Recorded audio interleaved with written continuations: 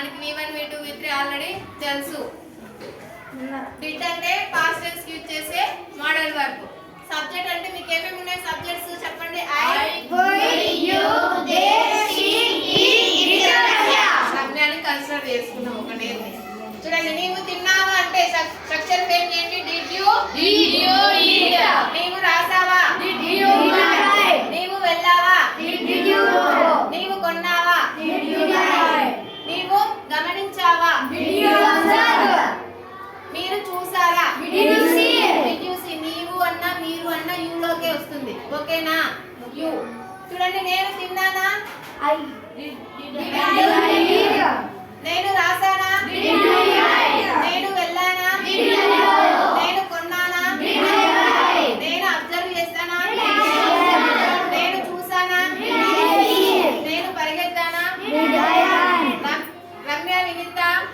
Did Ramya listen. Did Ramya listen. So అలానే మీరు అయిన తర్వాత ఊయిని ఫ్రేమ్ చేయండి. మేము తిన్నామా? Did we eat. మేము రాసామా? Did we write. మేము వెళ్ళామా? Did you go. Did we go. మేము గమనించామా? Did you did we observe. మేము చూసామా? Did you see. Did we మేము డిడ్ వి సీ. మేము పరిగెత్తామా? Did we run.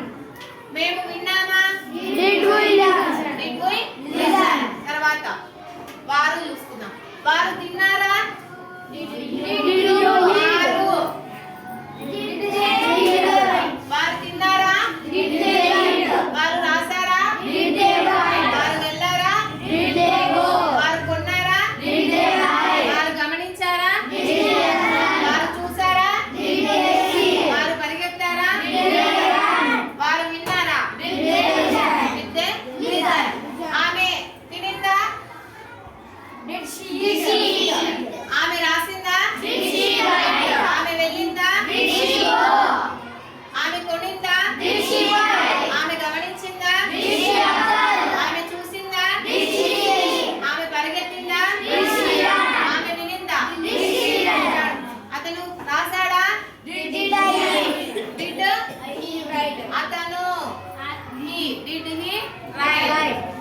అతను తిన్నాడా? Did he eat. అతను వెళ్ళాడా? Did he go. అతను కొన్నాడా? Did he buy. అతను ఎక్కడ కొన్నాడు?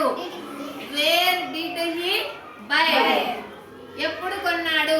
When did he buy. ఎన్ని కొన్నాడు? How many did he buy. ఇలా క్వశ్చనింగ్ కూడా మనం ఫ్రేమ్ చేసుకోవచ్చు. ఓకేనా? తర్వాత రమ్య తినిందా? Did Ramya eat. రమ్య రాసిందా? Did Ramya write. రమ్య వెళ్ళిందా? Did Ramya go.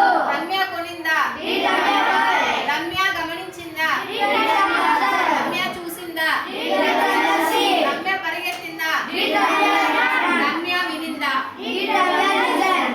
అర్థమైందా? అలా మనకి 63 ఉన్నాయి. నేను ఎగ్జాంపుల్ కోసమని ఓన్లీ 6 or 7 రాసాను బోర్డ్ పైన. మీకు ఆల్రెడీ ఐ మెన్షన్ చేశాను 63 work forms. You have to take any one of 10 examples and frame those sentences. ఓకేనా? ఈ స్ట్రక్చర్ ని ఫ్రేమ్ చేసుకొని ఈ సబ్జెక్టివ్ ప్రొనౌన్స్ ని యూజ్ చేసుకొని రిమైనింగ్ V1s ని యూజ్ చేసుకొని మీరు స్ట్రక్చర్ ని ఫ్రేమ్ చేయగలుగుతారా లేదా? You should frame the sentence by